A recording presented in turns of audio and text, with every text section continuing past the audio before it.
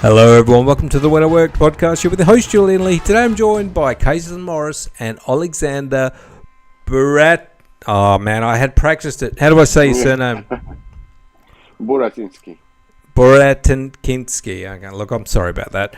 Well, we're going to play Jeopardy, and then we're going to meet our wonderful guests. Let's bring up the board. All right, the categories today for Olexandr and Kason are gymnastics, furniture, manly words and phrases.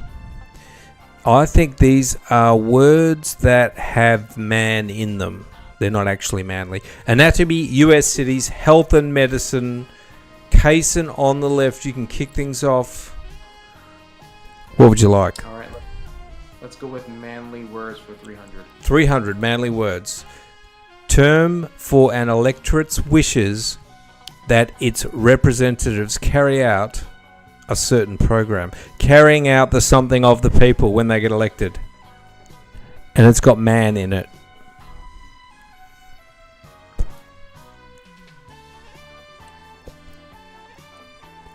In a democracy, unlike Russia, you are voted by the people to carry out like the wishes of the people, and we call it something starting with MAN.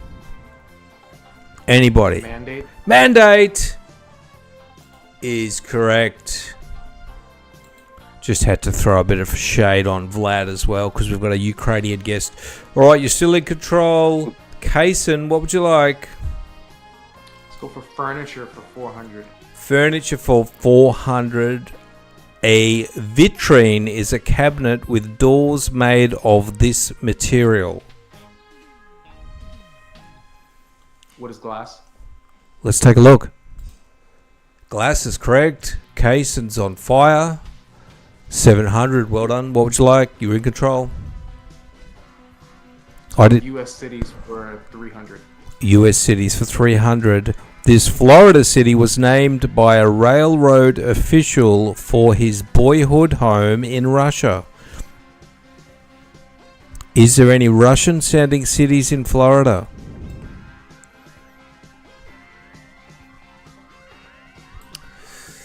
What is Tampa? Tampa? Do you have any idea, Olexandr? I have no idea. St. Petersburg, of course. A very famous city. Even I knew that, and I'm a dummy. All right, you're in control, Kason? I didn't know that. I'm lying. Let's go with furniture for 300. Furniture for 300. This modern table, named for a beverage, is lower and wider than the 18th century tea table. Like a miniature tea table named after a beverage. Well, what's the other beverage? On Seinfeld, Kramer made a table like this. I'm drawing a blank. The answer is, I think, coffee table. Do you remember Kramer made a coffee table? No, he made a coffee table book about coffee tables or something. Anyway, you guys are probably too young to have watched Seinfeld. Kason, you're in control. Let's go with anatomy for 300. Anatomy for 300. Nearly all of the body's endocrine glands are stimulated by hormones released by this gland in the brain. I was going to say pituitary, but that's not right. Hey man, that sounds good to me. Isn't it in the brain?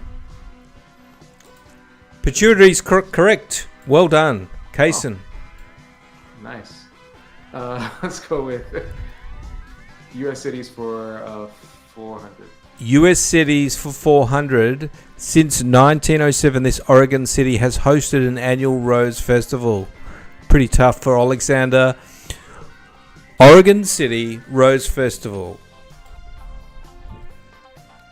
There's only one Oregon City I know of. Yes, is it Portland?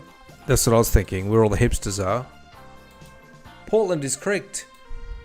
Well done. Man, I'm crushing it right now. Yeah.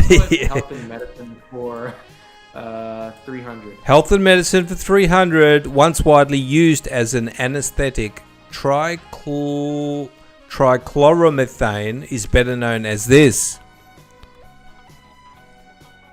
I think I know this one. It was once used as an anesthetic.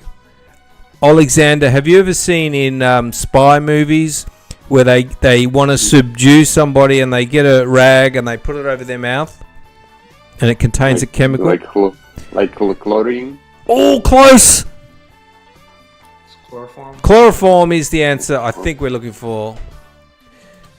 I reckon Alexander might have known that one. Just a bit of a lost in translation moment.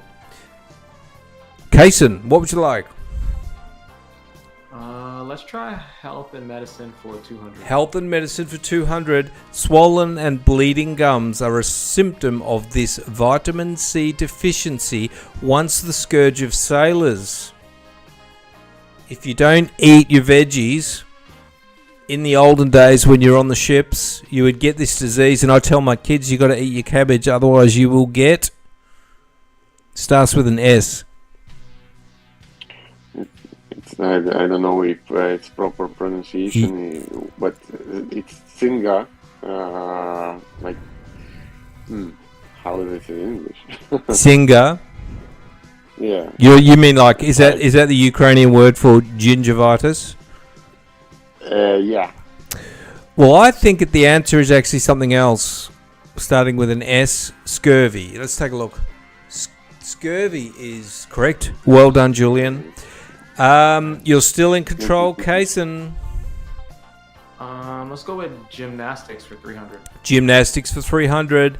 In this event performed on a mat, 40-inch square mat, men's routines must be 50 to 70 seconds long, women's 70 to 90 minutes long. Gymnastics on a square mat, and they do routines. What could it be?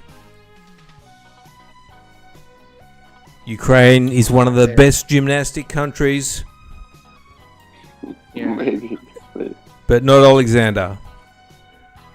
It's yoga or something. Yoga? Do you have any idea, Kason? I mean, I don't know the term, but I was gonna say like it made me think about like the Olympics and the floor routine, but Yeah. I don't know What do they call the one when they don't have a ball or a hoop or anything? Is it floor routine? Floor is correct. Well done, Kason. Let's go with manly words and phrases for 400. Manly words and phrases. Tube pasta filled with meat and cheese and served with tomato sauce or tomato sauce. Tube pasta filled with meat and cheese and served with tomato sauce. Starts with man, or it's got man in it. Manestrone, no. Tube pasta. It's like cannelloni, I would call it. I don't know. Let's take a look. Yeah, I'm drawing a blank. Manicotti. Manicotti. Oh, okay. All right, we'll do one more question because I feel bad. You know what? Hey, Olexandr, do they have Jeopardy in the Ukraine? No, nothing like that. What's the quiz show in the Ukraine?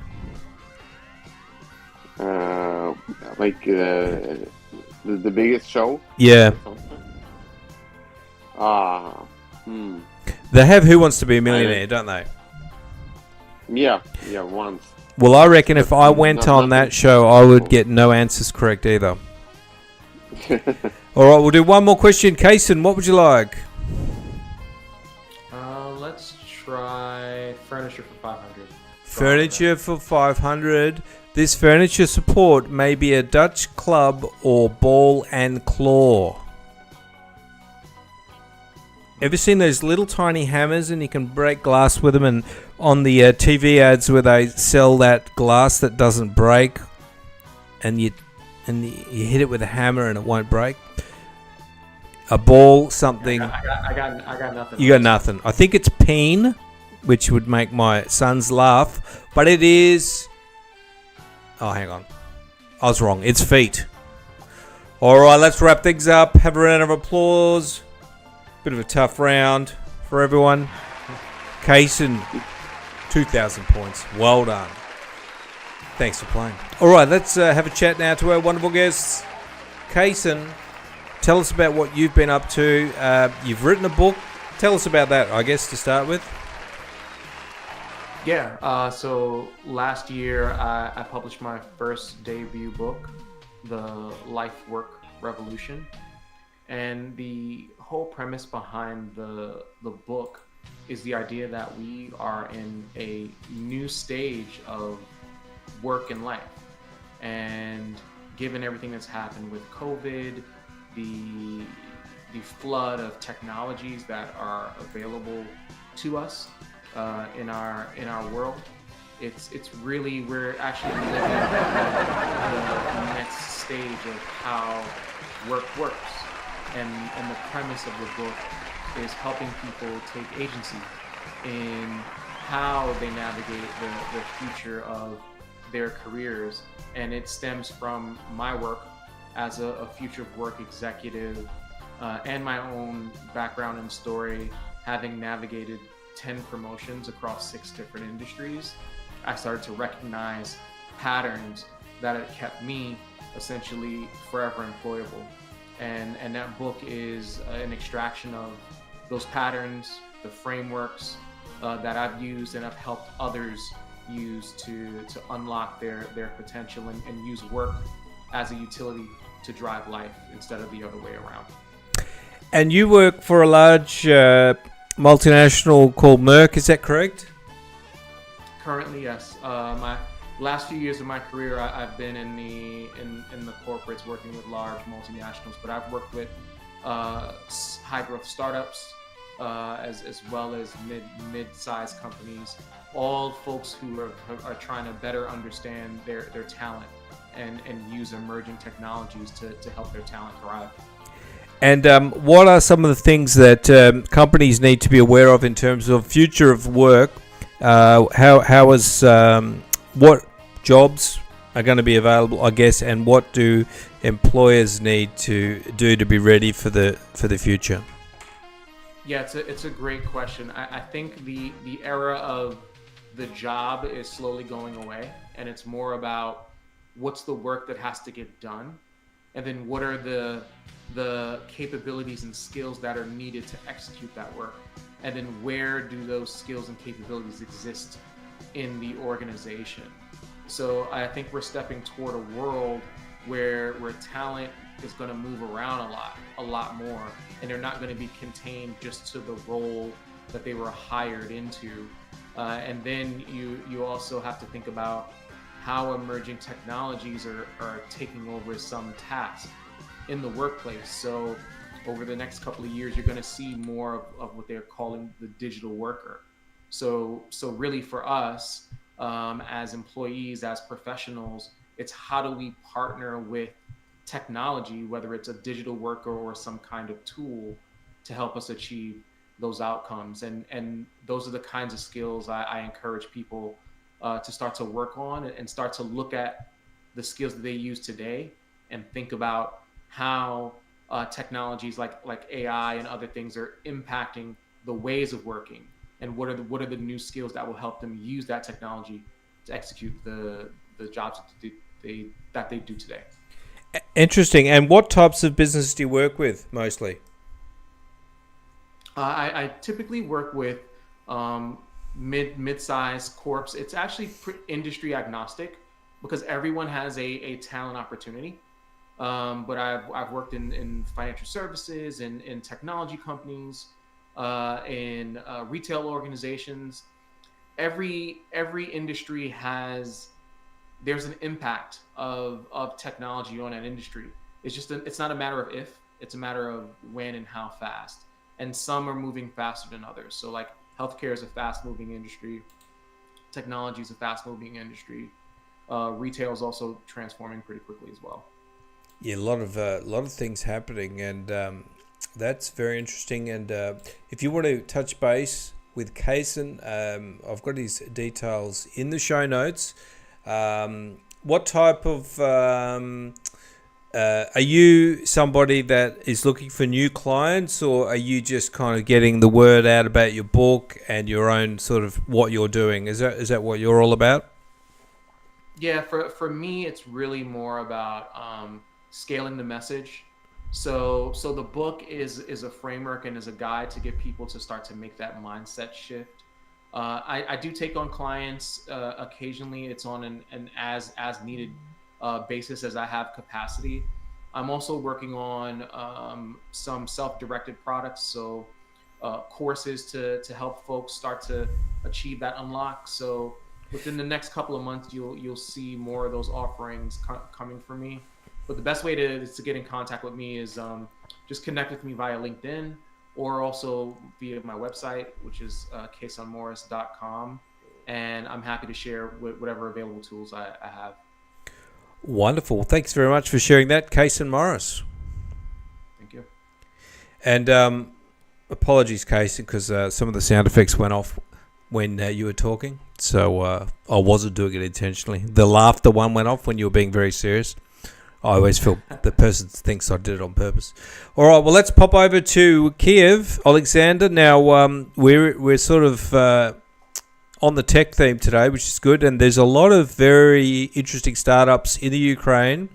They've got tons of awesome programmers with great ideas, but not all of them work. Now, you've created something that has worked.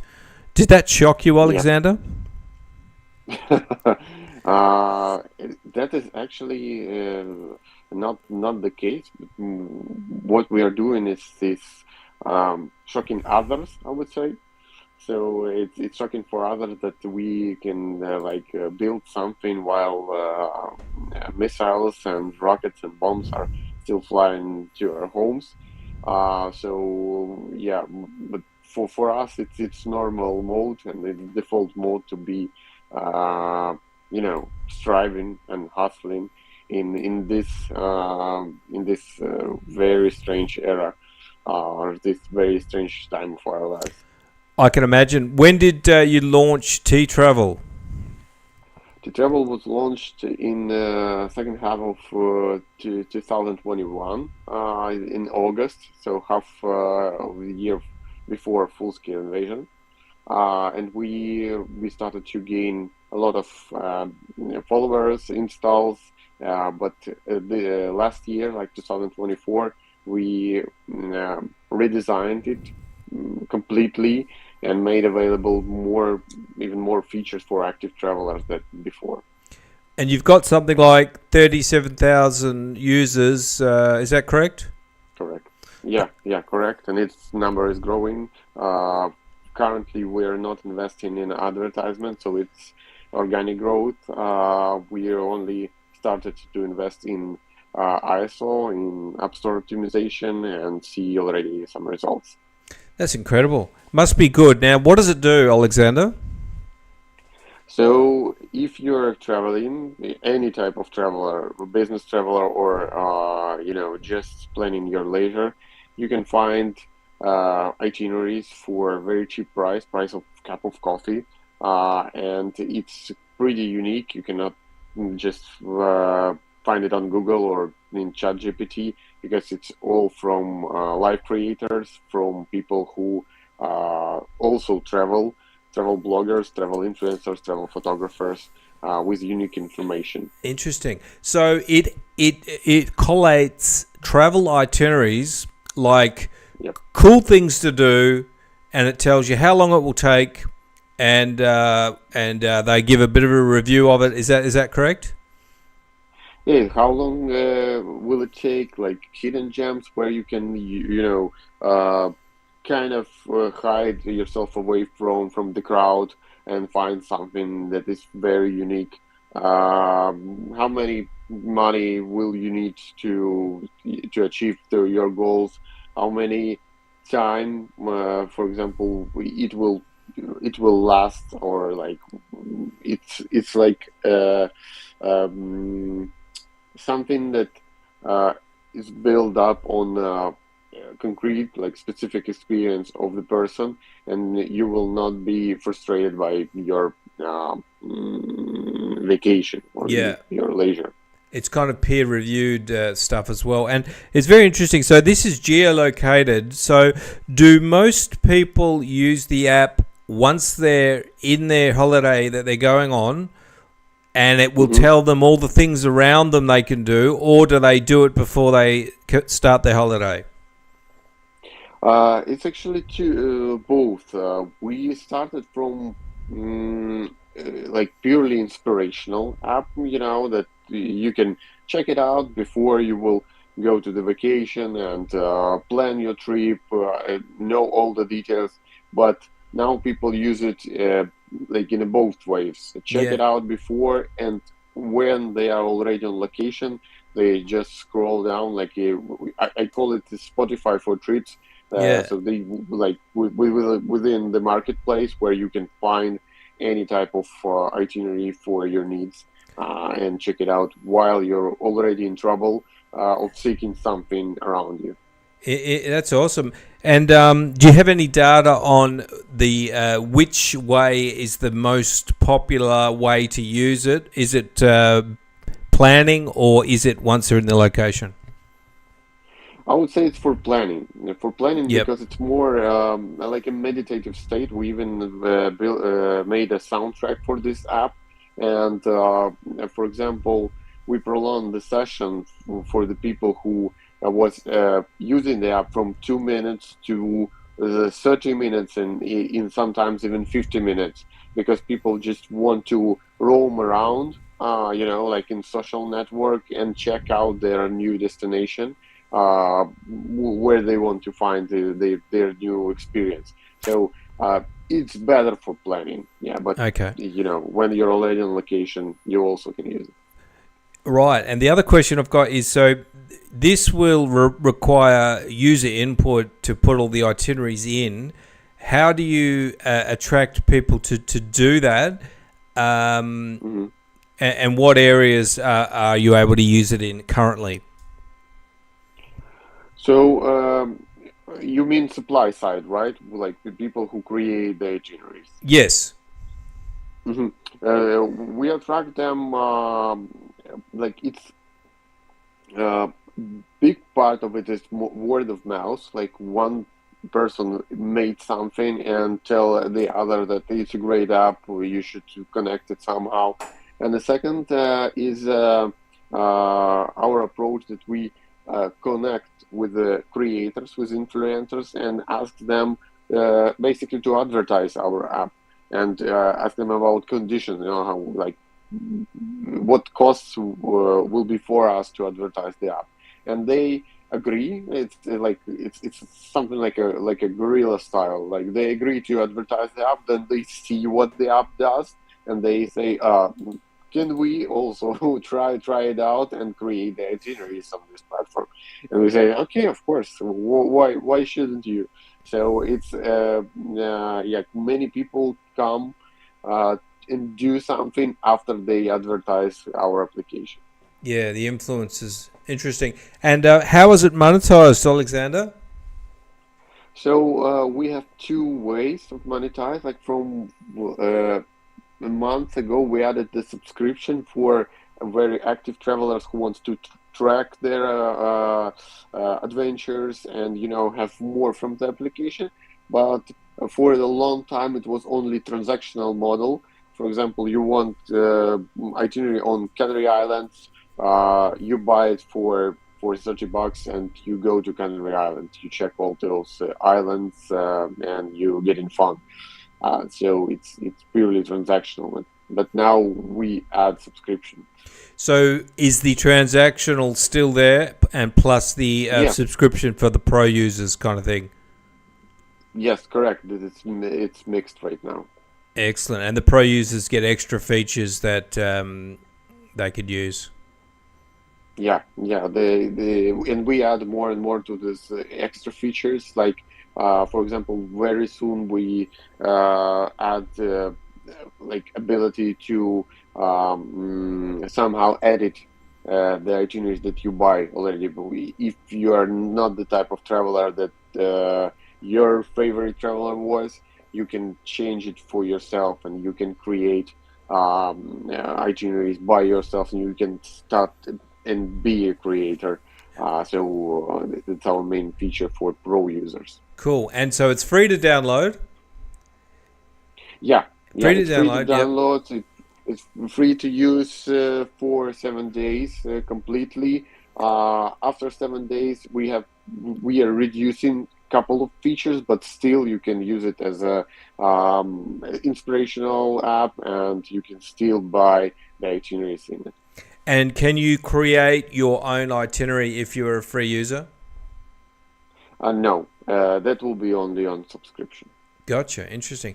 Well, it's a very interesting app, and I don't think I've ever heard of anything like that. So it's very unique. Oh, thank you. Yeah, that's cool. So anybody out there, if you're in the travel blogger or YouTuber, or if you want to just try this, go on holidays. And I like the idea, because what I used to do is I would go on TripAdvisor and just for a particular restaurant, if I was on holidays, and see the reviews, and then I'd find the good reviews around me. But this is a lot more clever, where it will geolocate things around you, where there's whole travel ideas and itineraries and things you can do, and group them all together by location. So it's sounds pretty useful to me, and yeah, I'll give it a go when I go on holidays. I'd probably have to create itineraries. I don't think there'd be much in Australia that you've got on there. It's like we don't have anything in Australia, so it will be very useful for us.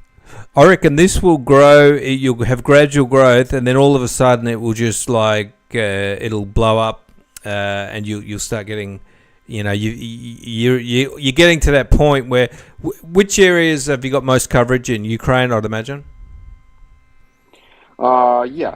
It's actually, and a lot of itineraries in Ukraine, like most of them, are for free and available in 2 languages at least, like Ukrainian and English, because it was from the start our position that we need to uncover Ukraine for all the foreigners.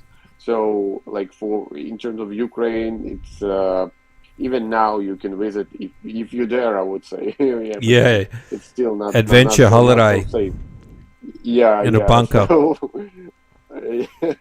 yeah, it's like you sometimes you will be in a shelter, but yeah, most of the time it's we have technologies even to recognize what missiles are aiming to us. So. This is terrible, man. Something, yeah. This is something unique. You know what? I mean, it's terrible, and I got a feeling it's going to end soon, because I mean, I got a feeling that something's going to happen to Vlad. He's going to lose control. Somebody's going to get rid of him. That's my hope, anyway. And yeah. Fingers crossed. Let's get rid of this maniac. Well, Olexandr, I wish you all the best. It's a fantastic idea, and anybody out there that wants to check it out, download it from the App Store or the what's the Apple one called? iTunes, and T-Travel app. Thanks, Olexandr. Thank you, Julian. Thank you for having me. Wonderful. Well, thanks for listening. I'm going to wrap things up. See you next time, everyone. Bye. Yeah.